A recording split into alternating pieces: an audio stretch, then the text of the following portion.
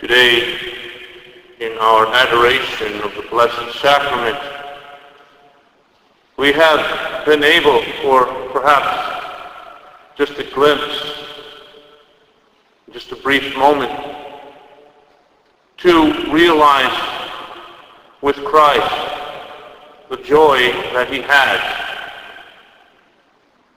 the joy that he is giving us, the joy that we are becoming through him. We are his joy, and he is ours. This sacrament, this blessed sacrament, is also a sign, a representation of an act that has been established in history and will continue on for all eternity. The establishment of the Eucharist. It is a sign, yes, and by that we say it is also the cause of the grace that it signifies. What I mean is, it is a sign of itself. It is not a sign of the sacramental Christ. It is the sacramental Christ. The sacramental world was created by God. It is an entirely new world created by God.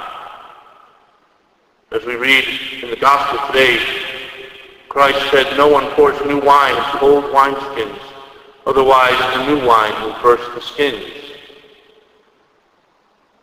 This new wine that he speaks of reminds me of the new world created by God, the sacramental reality.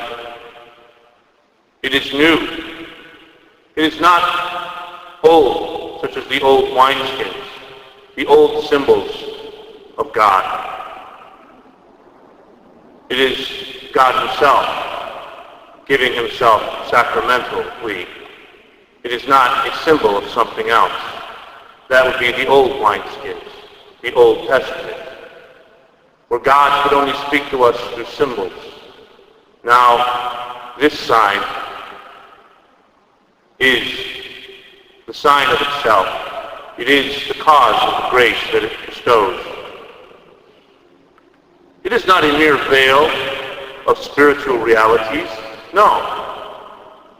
It is a spiritual reality. Nor is it a substitute for the Jesus that lived and walked in Jerusalem. It is him. It is the sacramental Christ, however. It is still Christ. It is still the same person. It transcends all vision and all experience. It is beyond our ability to describe in mere words. Yes, the sacrament is the new law. It is not affixed to this world. It is not static. It is dynamic. It is continually acting because God is pure act. That is what the great theologian Thomas Aquinas said. God is pure act. Not everyone could comprehend this. And as time passed on, the centuries,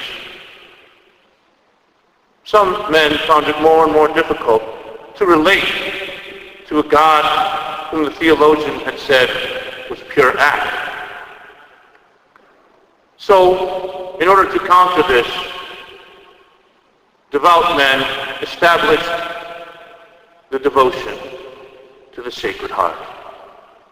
In order that this understanding of God being purely dynamic, purely act, would not be abstracted into something mental, but would be understood by means of giving of our own selves to Christ in adoration, giving of our hearts to him in adoration, and receiving him in the great sacrifice of the Mass and communion.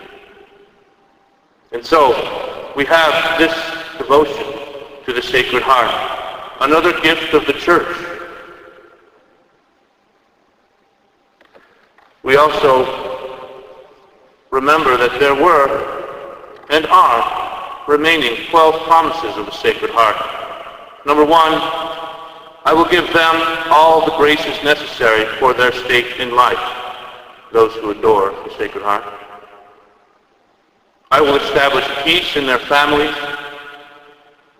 I will console them in all their troubles.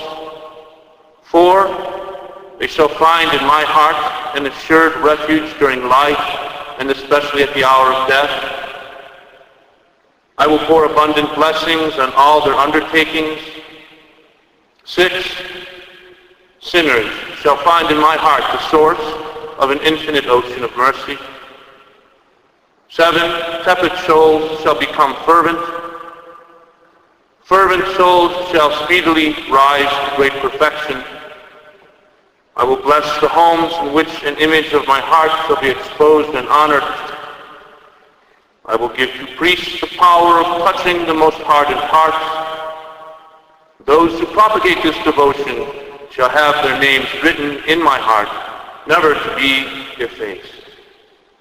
And 12, the all-powerful love of my heart will grant to all those who shall receive communion on the first Friday of 9 consecutive months the grace of final repentance. They shall not die under my displeasure, nor without receiving their sacraments. My heart shall be their assured refuge at that last hour. Heart of Jesus, source of all consolation, have mercy on us. Heart of Jesus, delight of all the saints, have mercy on us.